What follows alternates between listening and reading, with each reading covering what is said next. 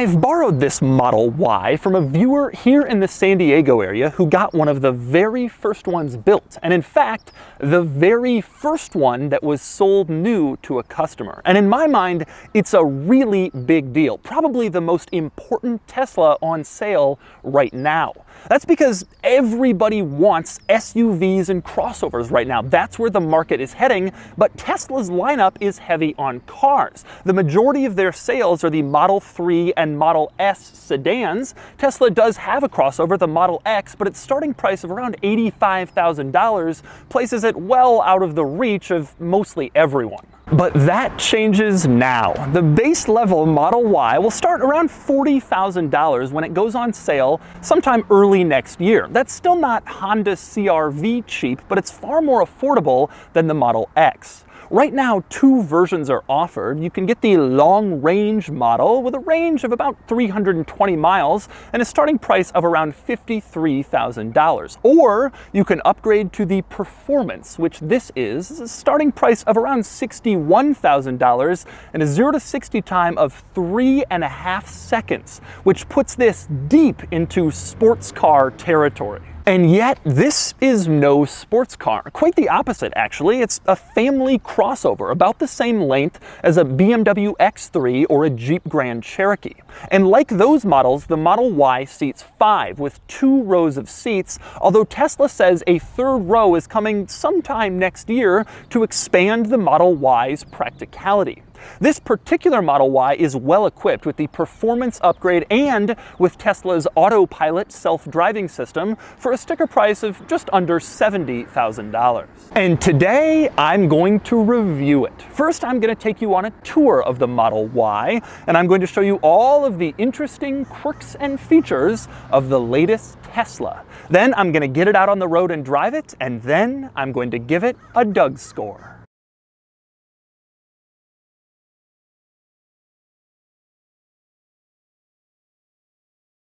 Alright, I'm going to start the quirks and features of the Model Y in the most important area, and that would be pointing out the differences between the Model Y and the Model 3. These cars share about 75% of their parts, but there are some key differences that I'll show you, and that means starting in the back seat. Now, the Y is a larger car than the 3, intended for more family use, like a crossover would be. To that end, I'm happy to report that legroom is just fine. I'm 6'3", 6'4" for reference. The driver's seat is positioned where I would sit in it, and I have good legroom and knee room back here. It's not huge or overly abundant, but more than enough for me to sit comfortably, which is nice. More important though is headroom. I was really concerned that headroom would be an issue in this car because of the sloping roof design. You can see it kind of slopes over the back seats, and I thought that would limit rear headroom, but that is not the case. I am sitting back here perfectly upright, and I still have a couple of inches between my head and the roof. Now, part of the reason for that is this panoramic glass roof, which is not as thick as a typical vehicle headliner, which gives you a couple of extra inches of room,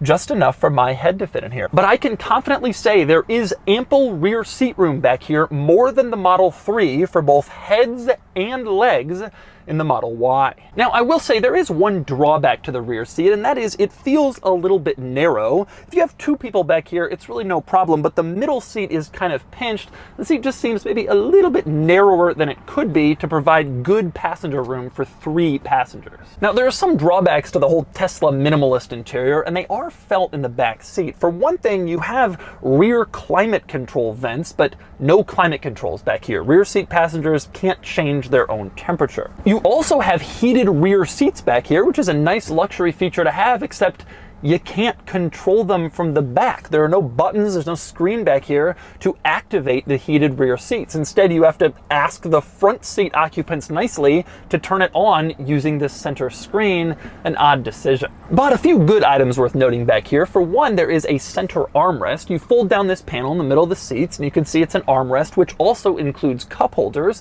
which is nice for rear seat passengers, especially since this will primarily be used to transport kids for a lot of families. Another benefit back here, you have USB ports, and not just regular USB, but USB-C. You can see them below the rear climate vents. 2 ports, so 1 for each rear passenger, which is nice to have. And next up, another notable rear seat item is this latch on the side of the seat next to the headrest. You can use this latch for two different purposes. One is to adjust the backrest to various different positions for more comfort. You can see you can adjust it upright or kind of tilt it back depending on what you're looking for. You can also use this latch to hold it down and put the seat back down in case you want more cargo space. The whole seat back doesn't go down at once. That way you can put a large item in here but also keep a seat available in case you want to carry more cargo and still have a rear passenger. Of course, you can also fold the entire seat back down if you want. Just go over to the other side. There's a corresponding latch over there. Put it down, and then the entire seat back is folded down. And next up, we move on to the cargo area in the Model Y, where there are a couple of interesting items back here, especially compared to the Model 3, which is of course more sedan-like in its cargo area. Now, for one thing, you see it is a large cargo area, totaling 66 cubic feet, Tesla says. That's pretty standard for a vehicle of this size. Earlier, I mentioned the BMW X3 and the Jeep Grand Cherokee being about the same size as the Model Y, and they also have about the same cargo volume as the Y. But it is worth noting that this cargo volume is a substantial increase over the Model 3, which is about 15 cubic feet. This has more than 4 times as much cargo volume as the Model 3, and that alone will push some people to switch from the 3 to the Y. And next up, a few notable items in the cargo area. One is the fact that you can drop the rear seats from back here, from the cargo area. Over on the left, on the driver's side, you have 2 little switches, and you can pull a switch and it will lower the corresponding rear seat. It's a very easy process, and a lot of crossovers and SUVs have this, although it is worth noting you cannot use these switches to re-raise the seats. If you want the seats to go back up, you have to walk around and push them back into place manually. Now, one interesting item on the subject of the seats folding down relates to the middle seat, which can actually fold down separately of the other 2 seats on the side. You can't do it with one of these switches in back. You have to go around and actually pull this little latch in the back of the middle seat. I guess the theory here is that Tesla wants you to be able to have 2 rear seat passengers in place and also have some additional cargo space in case you want to carry some skis back here or something like that. Makes sense, but the weird part is that when you fold down the middle seat, you have this little bar that's kind of sticking out rather obtrusively and looking a little strange. I guess that's the bar that the middle seat would typically be latched onto when it's in place, but when you have it folded down, it's just kind of hanging out there in space. A little bit of an odd design decision. And next up, I want to talk about the cargo area itself, because there are a few rather clever tricks around the cargo space. Now, for one thing, you can see in its natural state, you have kind of a flat floor and then little cavities on either side where you can stick stuff if you don't want them rolling around while you drive. That's pretty standard, but check this out. You pull up on this little leather loop, and then you can lift up the back half of the cargo floor where you have an under cargo floor for more storage. A lot of cars have this, but this one is surprisingly deep. You can get a lot of stuff back there. Again, kind of keeping it out of sight and making sure it won't roll around in the larger cargo area while you drive. But that isn't all the clever cargo storage in here. There's also a second underfloor cargo area directly behind the rear seats. You open this up and you can see there's even more storage under here, again, to place more items out of the way if you don't want them rolling around or if you don't want them to be seen in the back of your vehicle. Now, one other thing I want to mention, like I said, this Model Y has 2 rows of seats, but a 3rd row is supposedly going to be available sometime in the next year or so. You might be wondering, how do you get a 3rd row back here? My guess is that the 3rd row is going to be rear facing, so looking backwards, which is a solution that Tesla has used in the past. And I say that because the rear design is just so steeply raked, you couldn't really fit a 3rd row forward facing and get the headrests and seats in place. This vehicle is just too small and it comes down too low back here. And by the way, one other item worth noting in the cargo area, there is no cargo cover, which is unusual for crossovers or basically anything with a tailgate, so you can't cover the stuff that you have back here. Although I will say that with the factory provided tint, it's really hard to see in, so it's kind of hard to tell what you have in there anyway. You have pretty good privacy even without having a cover. And next up, we move on to the rest of the Model Y. First, I want to cover a few more differences between the Y and the 3. 3. One is the black trim on the outside. You can see the door handles and various other pieces are black. Most Model 3s have that stuff in chrome. It looks a little better, a little more modern in black, and the Y has its standard in black. And next up, here's another one that's rather silly, the seats. The seats in the Y are the exact same seats as the ones in the 3, but because this is a taller car with a taller passenger compartment, they had to sit them up higher, and so they did literally that. They're just mounted on platforms. So the exact same seats as the Model 3, just stuck on these platforms to give them a higher seating position. And next up, here's another welcome change, the panoramic roof. No, it still doesn't open, but you do have one large, uninterrupted piece of glass. No crossbar in the middle. It's just this giant glass piece that lets you feel like you're one with the atmosphere. Although it is worth noting, it is heavily tinted. So if you live in a sunny or hot place, Florida, Arizona, whatever, you're not going to get too much sun coming through there and making you uncomfortable. And next up, another difference between the Model 3 and the Model Y is the wheel design. The Y has completely different wheels from the 3, both the base model and this, the Performance. You can see these 21-inch wheels, which I think look really, really nice on this car, although undoubtedly they'll make the ride feel a little harsher. We'll find out in a little bit. And next up, I want to cover the rest of the quirks and features in the Model Y. Now, there's so much technology to cover that I'm not going to get to everything. I did very deep dives into a lot of this technology when I reviewed the Model 3 and the Model 3 Performance, and I will link those videos in the description below. If you want a really close look at all the technology in this car, you should watch those videos. But I am going to hit the highlights here, and that means starting with my very favorite thing about Teslas, and that would be autopilot. Autopilot is Tesla's self-driving system that will automatically steer, brake, accelerate, lane change for you, and the system just keeps getting better and better. Here I am using it. You can see the car is going around this curve. I'm not touching the wheel at all. It is a very comprehensive self-driving system. With that said, it isn't full self-driving, regardless of what Tesla might tell you, and you have to tap the wheel every so often to make sure the car knows that you're still here and you're still paying attention. That way they can avoid people who are watching a movie or reading while they're behind the wheel, and then something unexpected happens and there's an accident. To me, though, one of the really cool things about autopilot is the graphics that's shown on the screen as you drive around. It used to be able to show cars and maybe motorcyclists or bicycles and maybe large trucks. That was pretty much it, but it's gotten way more intelligent. Check this out. There's a pickup truck, and it's showing a pickup truck specifically on the screen. That's pretty cool. And check this out. Here's a van, and it's showing a van specifically on the screen. It's smart. And it's smarter even than that. Look at this. I'm sitting in a stoplight with a red turn arrow and green traffic lights, and you can see the screen actually notices the red turn arrow and the green traffic lights. And it also can see the arrow painted on the ground, noting that I am in a left turn lane. That is a pretty cool trick. And the reason this system now recognizes traffic lights is that Tesla reportedly plans to roll out a version of autopilot that won't just slow down when the car in front of you slows down, but will actually stop when it senses traffic lights. And in my opinion, using this and seeing this screen, it does a really good job of noticing every traffic light and what color all the lights are. It's really impressive, and it'll be interesting to see if they can successfully implement that. And next up, I do want to go over two of my very favorite tech features in this car, even though I covered them before in my Model 3 Performance review. One is Sentry Mode. All right, check this out. You see these little cameras on the outside of the car? One is here on the pillar. There's another one here. And if you look around, you can see some more cameras. The cool thing here is you can program your Model Y to activate Sentry Mode when it's locked.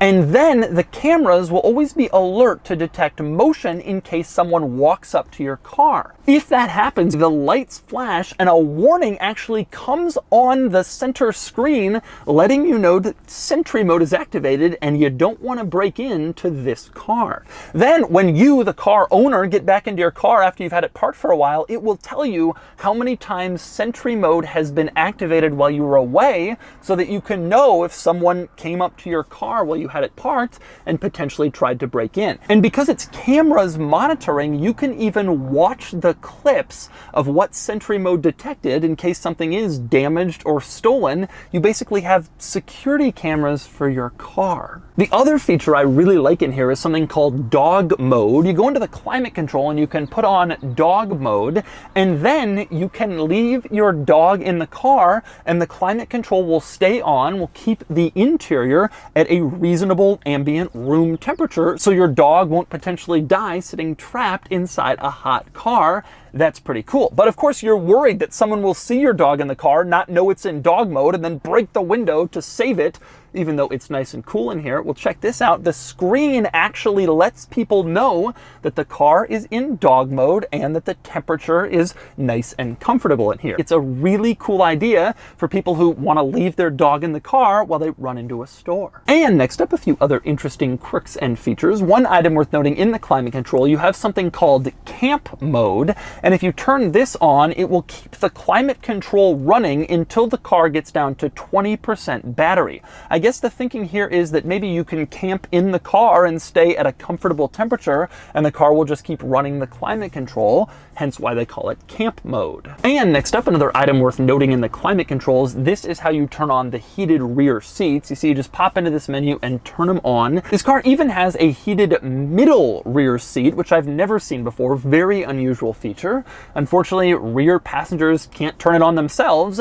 They have to ask the driver to go into this menu. And next up, another one of my very favorite Tesla quirks is the steering wheel dials. All right, you take a look at the steering wheel, you have these little dials on here. And right now, if you move this one, it adjusts the radio volume. Nothing unusual about that. That's pretty standard in most cars, but it's unusually special in this car. That's because these dials do a lot more than just the radio volume. Go into steering wheel adjustment in the infotainment screen and you can see suddenly the dials have changed their purpose and now you can use them to adjust the steering wheel, both tilt it up and down and telescope it forward and back.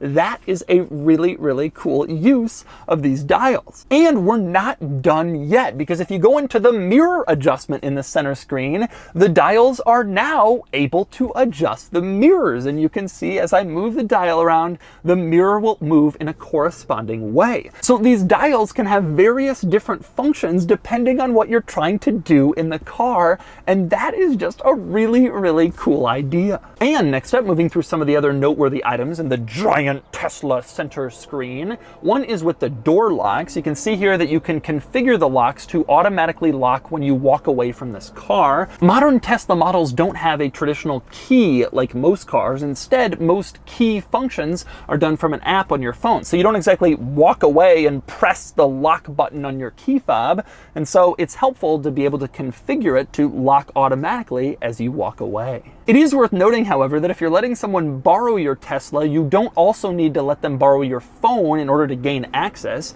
Instead, you just give them this card. This little card will fit in your wallet. You can carry it around, and when you want to unlock the Tesla, just hold it up to this little point on the B pillar, and the doors unlock. From there, if you want to start the car, you have to hold the key kind of near the cup holders in the center console, and the car will start and allow you to drive it away. So that's what you give to friends or other family members if they want to borrow your Model Y. And next up, a few other interesting items in this screen. One, I love the modes for acceleration. You have either sport or chill, going with the modern lingo there. And next up, another notable item in here, you can choose to configure what happens when you stop, like at a traffic light. You can either have the car remain stationary or creep forward, and you can adjust that setting in here depending on which one you'd prefer. And next up, another item worth mentioning, there are settings for Sentry Mode, including the fact that you can have Sentry Mode turn off when you have the car at home or at work. This makes sense because if you have the car parked at home in your garage or driveway and you're constantly walking around it, the Sentry Mode is going to activate all the time. You don't necessarily want that, so it's nice to see you can disable it in certain spots. And next up, another cool feature, you have all these cameras in this vehicle. vehicle like I showed you before, and they are always recording as you're driving along in case there's an incident on the road.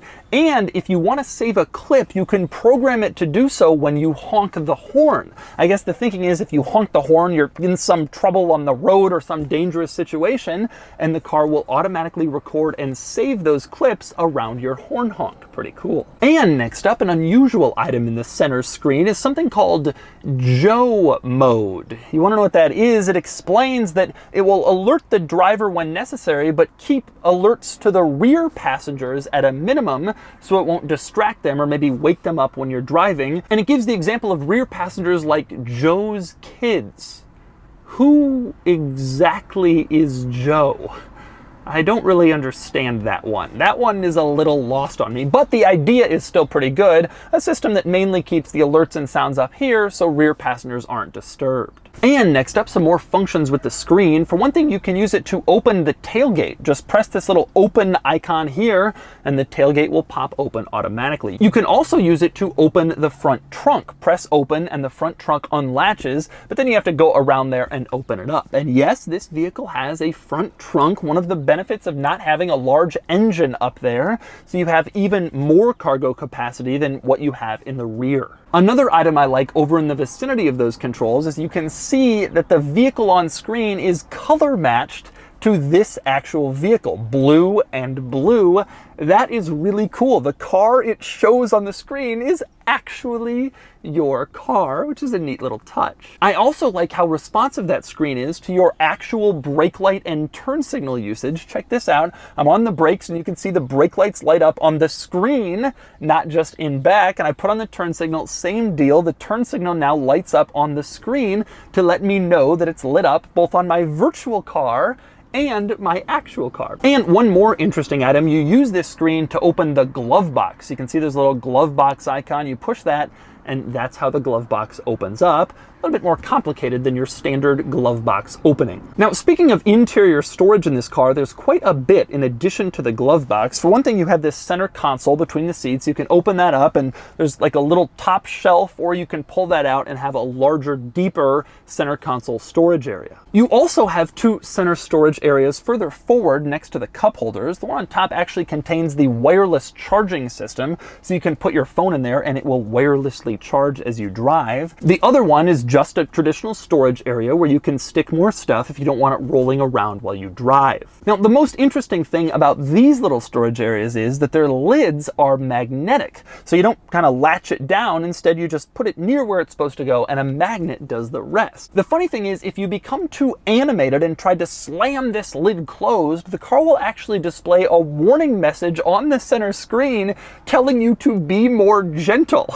I've never seen this before. A warning message telling you to calm down with your center console lid slamming. Kind of funny. And next up, I want to talk about the interior in general. Very similar to the Model 3, but if you haven't been around a Model 3, expect minimalism. You don't have all sorts of consoles and buttons and designs. It's a very simple, very basic looking minimalist interior in here. Some people will really like it, some people really don't. Personally, I like the minimalist interior. It looks modern and fresh and futuristic, and I think it very much goes along with Tesla's kind of design ethos in here, although I do still wish for a heads-up display right in front of the steering wheel to give you your most important things, what gear you're in, what speed you're going, whether your turn signals and wipers are on, just a tiny little display or a projection onto the windshield like so many other cars. Instead, you have to look at the top left corner of the screen and it's out of your line of sight and just a little too far away to be completely convenient.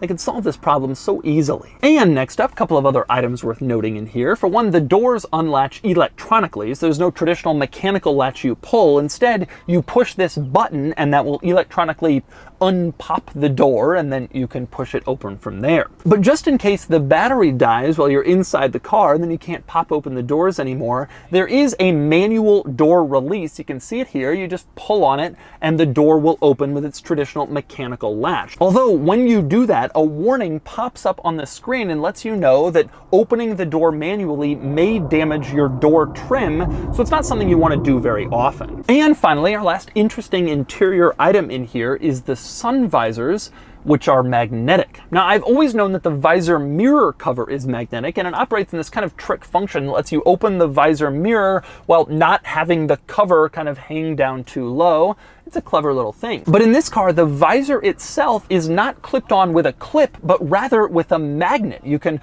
pull it off and you can see there's no clip keeping it in place, just a magnet when you get it near where it needs to go, which is a pretty nifty little idea. And finally, I want to talk trim levels and numbers for the Model Y. Now, right now, you can only get the long range model and the performance. Like I mentioned, long range starts around $53,000 and the performance starts around $61,000. Now, from there, you can get the performance in two ways. There's the regular performance, or you can get the performance with the performance upgrade. So you can have a performance non-performance and a performance performance.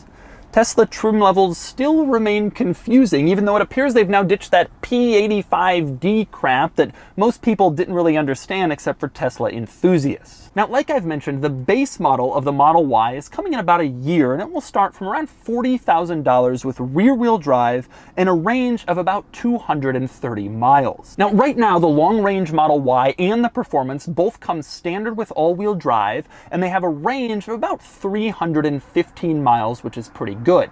Unless you get the Performance, then your range drops to 280 miles because you got larger wheels. But you also get performance brakes and a slightly higher top speed. Now, interestingly, the performance upgrade is actually free, I guess, because you're getting some stuff, but you're also losing range. So you can choose whether you want the performance with the higher range or the performance with the lower range and the larger wheels. Now, the 0 to 60 time for the long range Model Y is 4.8 seconds. The performance is 3.5 seconds. That's a little slower than the Model 3 performance, as you'd expect, because this is essentially just a larger Model 3. Finally, as for colors, white is free.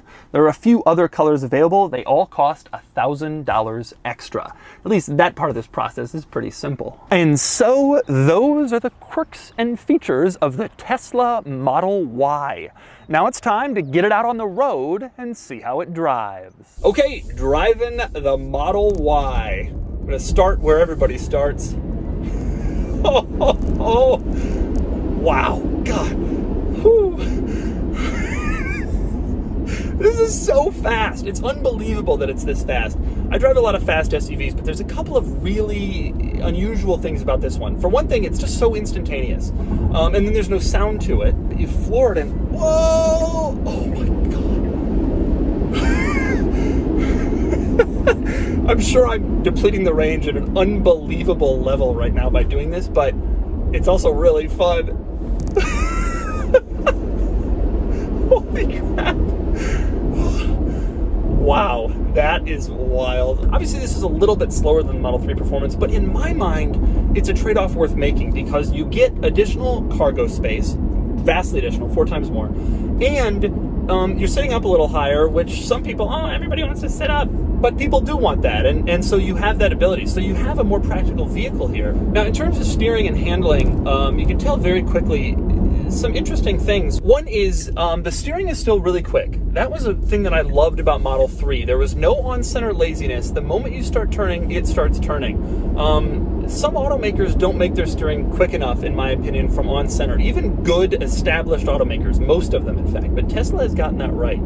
But one big difference you can tell here right off the bat is that this car is taller. And so in terms of handling, you're looking at more body roll, and you're not going to have as much of a kind of a sports car BMW M3 feel like you do in the Model 3 Performance. But at the end of the day, even Elon can't fight physics. That's a reality of a taller car. This thing is just so cool. You're sitting in, I think it's the best combination of Tesla so far, which is why I'm so into it. I like the Model 3, but like most people, I have kind of gotten more and more into SUVs. I have a bunch of them myself. This is where the market is headed. And so this car isn't as splashy as when the Model 3 came out, or when the S came out, or when the Roadster is going to come out, in the sense that it doesn't blaze a totally uncharted territory. But by entering this new segment, it's a different world, especially when the third row comes out and people are able to use this as a realistically practical, minivan replacement, Toyota Highlander competitor. that is going to be a big splash. It is reasonably quiet. Nothing particularly unusual here. It's similar to other crossovers that are at this price point in terms of road noise and quietness. Maybe even a little bit quieter. You do feel more of the road. Undoubtedly, you feel more of the road than in a lot of the competitors, but I think that's because this has the 21-inch wheels, and the larger wheels are just always going to have that effect. You have less tire sidewall. Being the performance model, suspension is upgraded for a sportier driving feel. At the end of the day, it's just going to be a little bit harsher. Of course, very quiet otherwise. Obviously, with no gasoline engine, you don't hear any engine noise. One thing I am surprised about is a lack of wind noise. Tesla, it's always a bit of a question because build quality is never quite as consistent as with other large-scale automakers. And so you get in one, you're like, well, is something going to be off a little and you'll be able to hear the wind? No, actually, it feels really, really quiet in terms of wind noise, better than in the Ford Explorer I was recently in. All right, highway on-ramp here. It's time for some fun.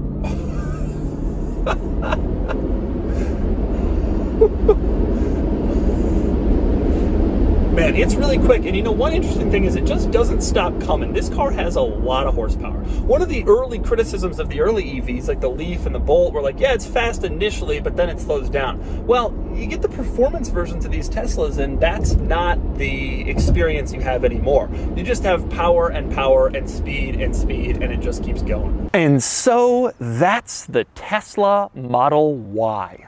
This is a really important vehicle for Tesla. The Model 3 has been very popular and tremendously well received, but with the market trend toward SUVs and crossovers, this is the Tesla that everybody is going to want. And it's a great vehicle, and it might just be the best, most well-rounded Tesla yet, especially when the third row of seats comes later to add more practicality. Anyway, with all that in mind, now it's time to give the Model Y a Doug score. And the Doug score is 68 out of 100, which is a huge score, truly an excellent showing. That places the Model Y here among other Tesla models and other luxury SUVs around the same size. The Model Y beats them all, and it's obvious why. It's more practical than the Model 3, it's faster than a BMW X3M competition, and it's got better tech than basically anything. The lowest score comes in styling, where the Model Y gets a 5 out of 10. It certainly isn't beautiful, though I personally don't consider it ugly. Otherwise, this is a great all-around vehicle, and I think it's more well-rounded than a Model 3, and a better buy than the Model X. The Model X costs more money, it's no faster, and it has those stupid doors that are so showy and ostentatious and attention-seeking. I see no real reason now to get a Model X except for the third row, and even then the Model Y will add that soon, which will probably make the Y the best all-around Tesla in existence.